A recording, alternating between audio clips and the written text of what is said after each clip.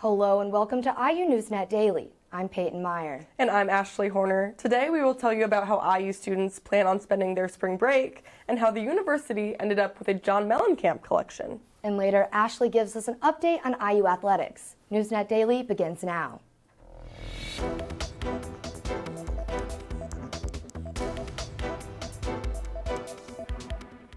Check it out. It hurts so good for this small town of Bloomington, Indiana, to receive a donated collection from musician John Mellencamp. The IU collection was announced last Friday at the John Mellencamp Symposium.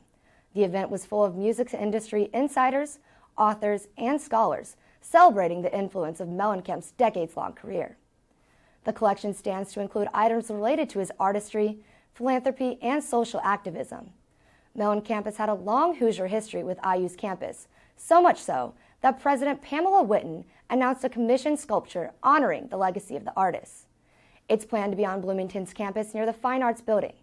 You can catch one of his upcoming shows at the Old National Events Plaza in Evansville on May 5th and 6th. You can find out more at theoldnationaleventsplaza.com. Now, although it isn't another sculpture, a new training for IUPD officers is being added to campus. All full-time IUPD officers at all IU campuses are now required to pass bystander training called Active Bystandership Law Enforcement. The program began in February and focuses on preparing officers to handle themselves and others in peer intervention situations to avoid harm among one another. IU is the very first higher education institution to call for this training, according to the IU News press release. Now a part of the IU's Police Academy basic law enforcement curriculum, the goal is to have all full-time officers trained by August of this year. As students chug coffee and pull all-nighters to get through midterm week, one goal is on everyone's mind. Reporter Sasha Sears tells us what students are planning to do this next week for spring break. Awesome. I'm so excited to have the chance to enjoy the beautiful weather outside of the studio and interview some of our fellow students about where they're going to be going on spring break. And then Lauren, what are your plans for spring break next week? For spring break, I'm going to Barcelona with 3 of my friends. Have you ever traveled outside of the country before? I've not, so I'm very excited to be somewhere new. Sadly, I am going home because my friends couldn't plan anything for spring break. So, Why sadly back home? well, I'd like to go on vacation and, have fun, but I gotta go. I mean, it's fine to go home, but I wanted to go to, Florida or something. I am going to Cancun with a couple of my friends. Have you ever been before? Never. No, I'm a little nervous, but I think it should be fun. I'm going home. Where's home for you? Canton, Michigan. I'm going to Laguna Beach, California with my dad for half the week, and then I'm going back home also to Michigan and just working at a dance convention.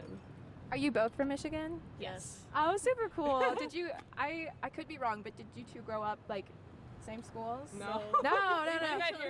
Oh, that's super cool. So I was really lucky to be able to talk to some of the people on campus, see where they're going. I think more than anything else, students and myself included are ready to have a nice break. So back to you in the studio. Thank you so much, Sasha. It sure looked like you were enjoying the nice weather out there. I know I can't wait for spring break. Now, several faculty leaders from IU wrote a letter in opposition of the abortion state legislation that may be considered an IU policy violation, as it is blending personal opinions with professional. Colin Johnson, a tenured associate professor and president-elect at IU Bloomington Faculty Council, is one of 6 IU faculty leaders who signed the letter, addressed to students, faculty, and staff back in August. Using an IU email, the letter details support on behalf of the Dr. Caitlin Bernard, the IU assistant professor who provided an abortion to a 10-year-old after Ohio swiftly banned abortions after 6 weeks. IU law professor Steve Sanders explains a look into IU's response on the policy violation. Many universities are moving more in the direction of wanting to control university's message and to centralize kind of all power in the administration. The story is still unfolding, and IU has yet to take disciplinary action.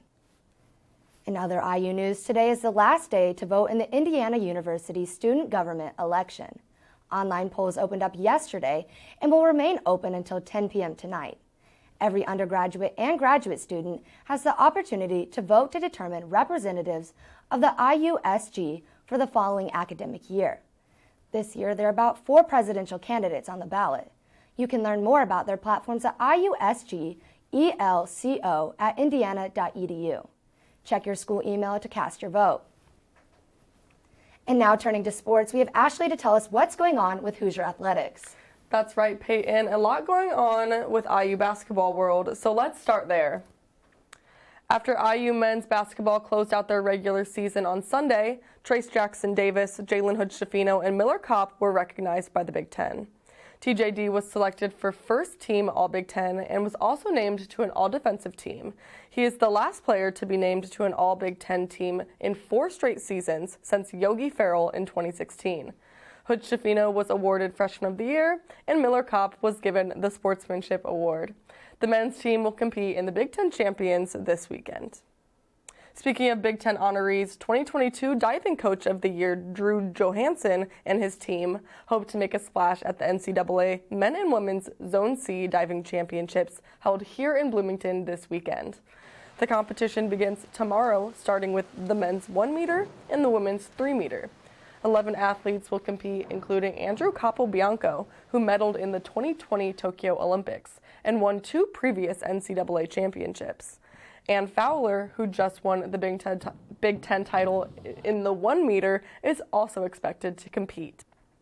And to drive it home, IU baseball will head to the plate to host Purdue Fort Wayne tonight and Bellarmine in 4 single games throughout the weekend. IU has beat Purdue Fort Wayne in all 9 of their program's meeting history, including last year with home run pairs from Matthew Ellis and Josh Pine. However, that's not the case for Bellarmine, as their 4-game series will mark the first meeting between the 2 programs in school history. 2 of the games were originally set to be doubleheaders on Saturday, but was rescheduled to Sunday for better playing conditions. The Hoosiers will play 13 of 14 of their next games at home. And before we go, have you heard the recent buzz about bumblebees? A new study in PLOS Biology finds out these busy bees can learn to solve puzzles from one another. It's similar to how humans learn by watching more experienced people.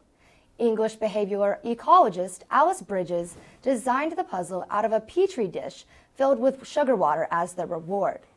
In colonies where bees watched a tutor bee push a certain color tab, fellow bees would do the same.